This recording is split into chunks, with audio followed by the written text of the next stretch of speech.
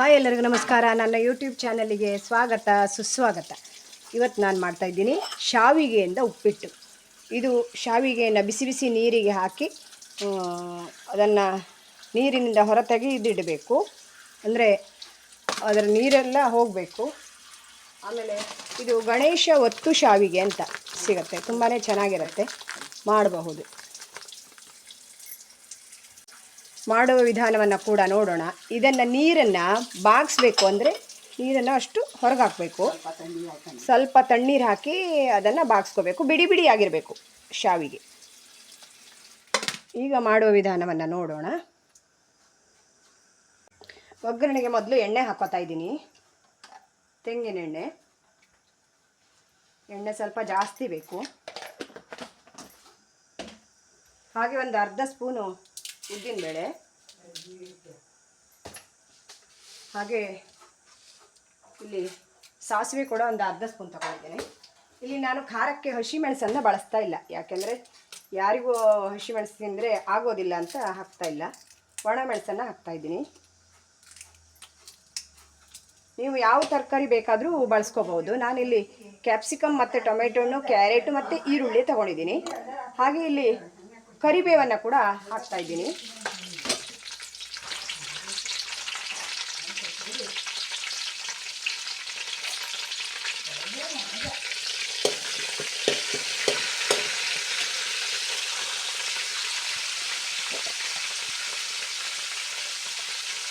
ಸ್ವಲ್ಪ ಅರಿಶಿನವನ್ನು ಕೂಡ ಹಾಕ್ತಾ ಇದ್ದೇನೆ.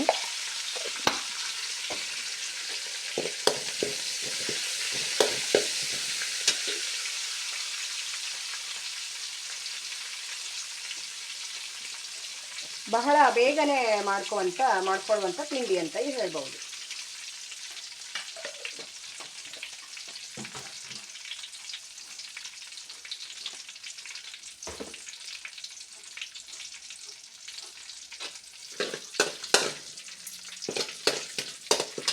ಒಗ್ಗರಣೆ ಚಟ ಚಟ ಅಂದ ಕೂಡಲೇ ವೆಜಿಟೇಬಲ್ ಎಲ್ಲ ಹಾಕ್ಕೋಬೇಕು.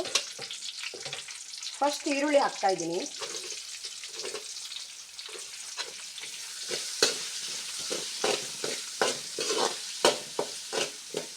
ಅದು ಸ್ವಲ್ಪ ಡ್ರೈ ಆದಮೇಲೆ ಉಳಿದ ತರಕಾರಿಯನ್ನು ಹಾಕ್ತಾಯಿದ್ದೀನಿ.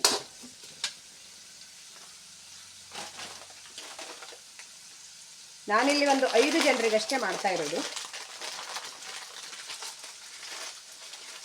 ಜಾಸ್ತಿ ಕ್ವಾಂಟಿಟಿಯಲ್ಲಿ ಬೇಕಾದರೂ ಮಾಡ್ಕೋಬಹುದು.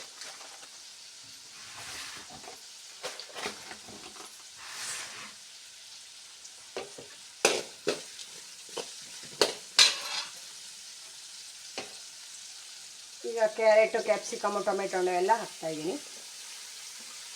ಹಸಿಮೆಣಸು ಬೇಕಾದರೆ ಹಾಕೋಬಹುದು,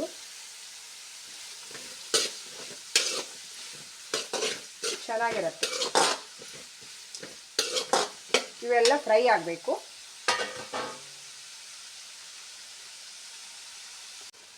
ಈಗ ನಾನು ಇದಕ್ಕೆ ಸುಮಾರು ಬೆಂದಿದೆ, ಹಾಗಾಗಿ ಇದಕ್ಕೆ ಸಕ್ಕರೆ ಮತ್ತು ಸ್ವಲ್ಪ ಸಿಹಿ ಕೂಡ ಬೇಕು. ಸಕ್ಕರೆ ಮತ್ತು ಉಪ್ಪನ್ನು ಆ್ಯಡ್ ಮಾಡ್ತಾ ಇದ್ದೀನಿ.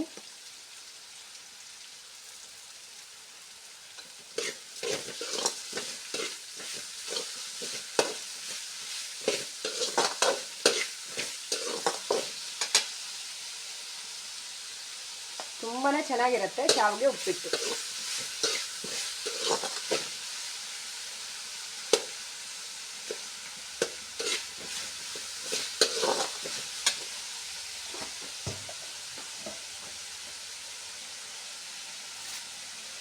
ಈಗ ನಾನಿಲ್ಲಿ ಶಾವಿಗೆಯನ್ನು ಹಾಕ್ತಾಯಿದ್ದೀನಿ. ಸ್ವಲ್ಪ ಬಿಡಿ ಬಿಡಿ ಮಾಡಿ ಹಾಕ್ಕೊಳ್ಳಿ, ಇಲ್ಲಾಂದರೆ ಅದು ಗಂಟಾಗಿಬಿಡುತ್ತೆ. ಹಾಗಾಗಿ ಬಿಡಿ ಬಿಡಿ ಮಾಡಿ ಹಾಕ್ಕೋಬೇಕು.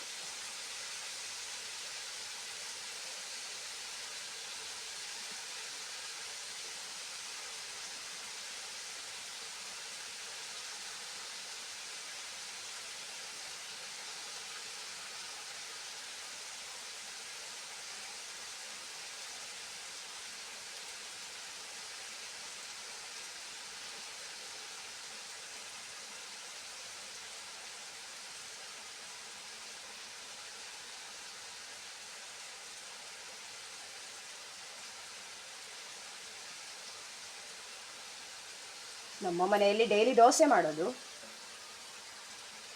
ಅಪರೂಪಕ್ಕೆ ಎಲ್ಲಾದರೂ ಉಪ್ಪಿಟ್ಟು ಮಾಡೋದು. ಶಾವಿಗೆ ಉಪ್ಪಿಟ್ಟಾದರೆ ಎಲ್ಲರೂ ಇಷ್ಟಪಟ್ಟು ತಿಂತಾರೆ. ಇದಕ್ಕೆ ನಾನು ಕಾಯಿ ತುರಿ ಸಹ ಹಾಕ್ತಾ ಇಲ್ಲ. ಯಾಕೆಂದರೆ ಕಾಯಿ ತುರಿ ಹಾಕಿದ್ರೆ ಚೆನ್ನಾಗಾಗಲ್ಲ.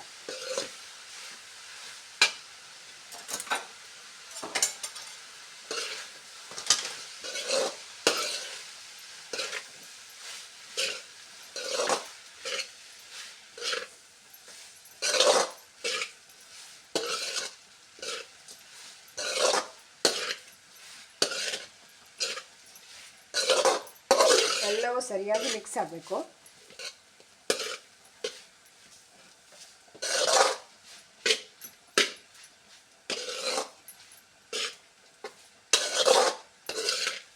ಬ್ಯಾಚುಲರ್ಸ್ ಎಲ್ಲ ಬೇಗ ಮಾಡ್ಕೋಬಹುದು.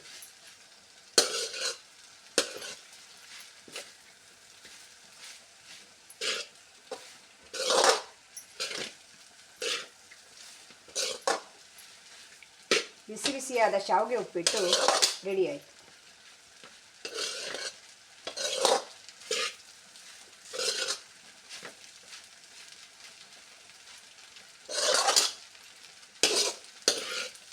ನೀವು ಕೂಡ ಒಮ್ಮೆ ಟ್ರೈ ಮಾಡಿ.